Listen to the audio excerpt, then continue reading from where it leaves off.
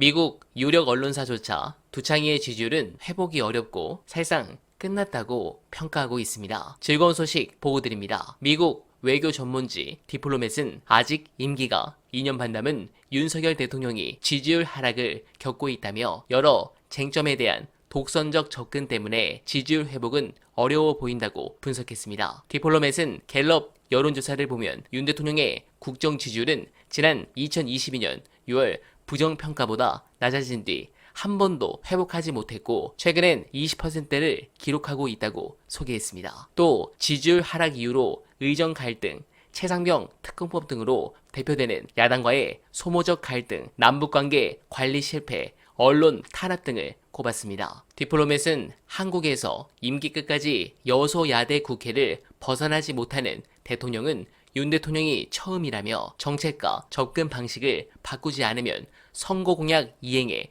커다란 장애가 될 거라고 내다봤습니다. 또 한국의 언론 자유 지수는 지난 2022년 43위에서 올해 62위로 급락해 윤 대통령 집권 이후 언론의 자유가 지속적으로 쇠퇴했다고 지적했습니다. 네, 아주 정확한 진단입니다. 지금 여기서 두창의가 국명 전환을 하려면 MB처럼 도덕적인 남자 MB 인사 올립니다. 이러면서 아침 이슬 드립도 치고 아메리칸 파이 부르려나? 아무튼 이렇게 숙이고 한번 가야 하는데 그것도 아니라 지지율이 1%라도 할 일은 하겠다 하고 심지어 개혁은 선거가 없는 지금이 적기라고 하지 않나. 아니 아무것도 하지 말라니까? 아무것도 하지 마. 그게 다수의 국민들이 원하는 것인데 그걸 모르고 있습니다. 관련해서 앞으로 상황이 어떻게 될 것인지 중요한 영상 보시고 여러분들의 의견 댓글로 부탁드립니다. 60대, 70대에서 꺼지기 시작하면서 TK에서 박살나기 시작하면서 이게 20%까지 떨어진 거다. 그럼 TK하고 노인들도 더 이상 지지를 못한다면 이 정권 유지가 안 돼. 그러면 어떻게 되느냐? 진짜로 임기 단축 개헌 얘기를 국민의힘에서 먼저 꺼낼 가능성이 생겨요.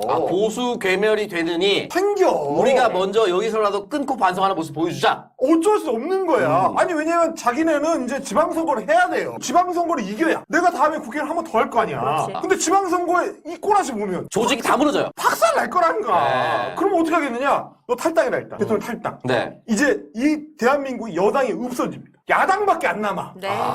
이게 보통은 임기 말에 오죠. YS도 이회창이 대선 후보 된 다음에 탈당 주문합니다. DJ도 막판에 이제 홍삼 TV도 나왔을 때 임기 5년차 때 그때 탈당해요. 네. 근데 임기 3년차에 탈당을 해버리면 그게 의미가 전혀 다르니까 그러니까 본인이 탈당을 하든 쫓겨나든 아니면 신당을 차려서 쪼개서 나오든 뭐가 됐든지 간에 여당이 없어지는 상태가 되면 어떤 일이 일어났냐? 국정 운영을 아예 못합니다. 네, 공감합니다. 복귀하라는 전공의는 안 돌아오고 오지 말라는 김건희만 돌아와서 염장을 지르고 있습니다. 이러는데 지지율이 오르겠습니까? 그리고 대통령의 통치의 자원으로 가장 중요한 건 뭐냐 하면 대통령 국정 지지율입니다. 그래서 여소야대 상황에서는 무조건 국민적 지지가 뒷받침되어야 의회에서 여당이 소수당이라 하더라도 새로운 정책을 추진할 수 있고 또 국민들의 힘을 통해 가지고 야당을 압박할 수 있고 그러면서 정책의 동력을 확보하는 것인데 대통령 국정 지지율이 20% 선까지 떨어졌다고 한다면 실제 거기서 나올 수 있는 동력이라는 것이 확보되기